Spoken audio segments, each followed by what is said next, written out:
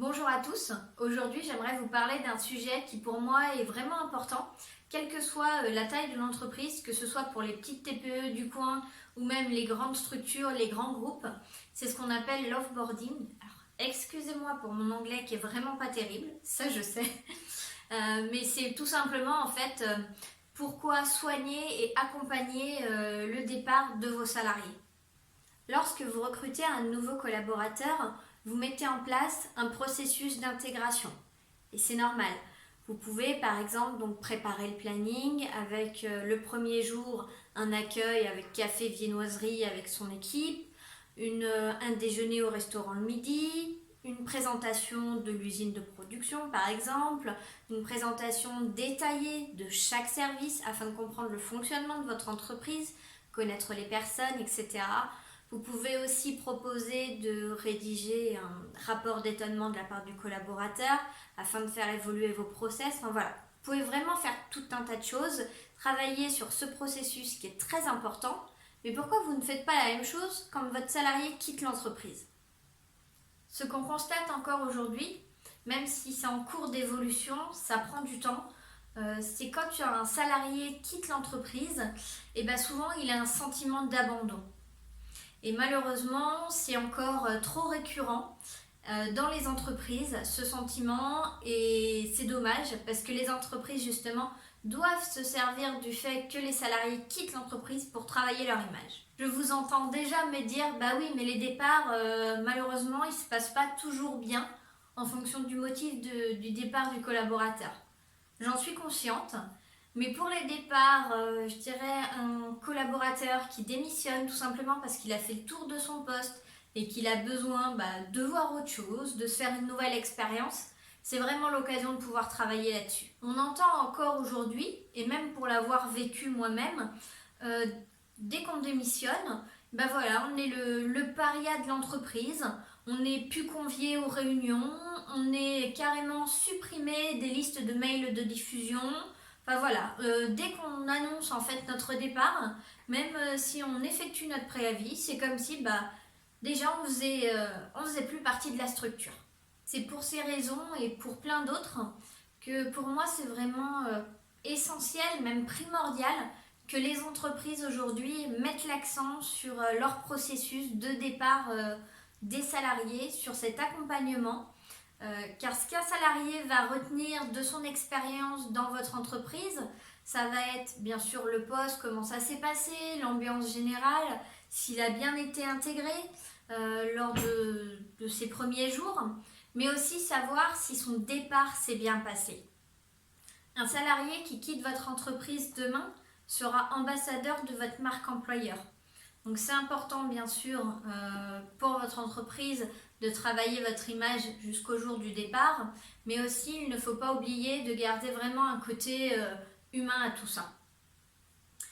Quand demain cet ancien salarié va parler de votre entreprise, que ce soit à ses nouveaux collègues ou à son entourage, c'est lui qui va donner le ton sur une image positive ou négative de votre entreprise. Et on le sait tous, malheureusement, le côté négatif a tendance à très vite se propager. Il ne faut pas oublier aussi que cet ancien salarié sera un atout pour vos futurs recrutements. C'est lui qui va conseiller ou non, par exemple, un collègue, quelqu'un de la famille, une connaissance, à venir postuler dans votre entreprise, tout simplement parce qu'il y a passé un bon moment, de bonnes expériences professionnelles. Si vous avez déjà réussi à recruter avant le départ de votre salarié et que vous avez la chance de pouvoir effectuer des doublons, si le départ de votre salarié se passe dans de bonnes conditions, celui-ci sera beaucoup plus enclin à transmettre ses compétences, les informations nécessaires au poste aux futurs collaborateurs. Que si le départ se passe mal, en général, il y a de la rétention d'informations. Pour mettre en place un processus de suivi de départ de vos salariés, il y a des étapes simples que toute entreprise devrait déjà appliquer.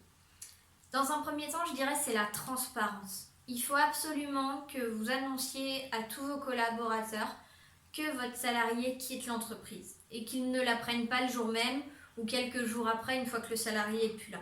La transparence, c'est vraiment important. Vous pouvez organiser un pot de départ. c'est toujours apprécié. En fonction de la taille de votre entreprise, que ce soit un pot avec son équipe ou tout avec votre entreprise, en général, vous en gardez toujours de très bons souvenirs.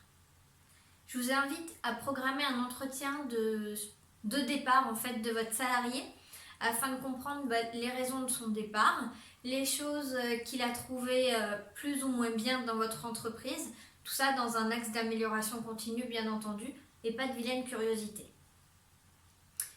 Surtout à ne pas faire, ne l'excluez pas de vos mails, de vos listes de diffusion, de réunions.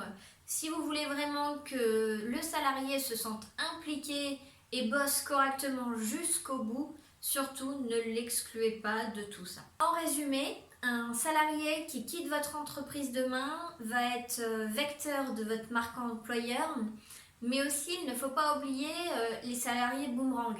Car un salarié qui quitte votre entreprise aujourd'hui peut très bien repostuler dans quelques années si son expérience professionnelle dans votre société s'est bien passée.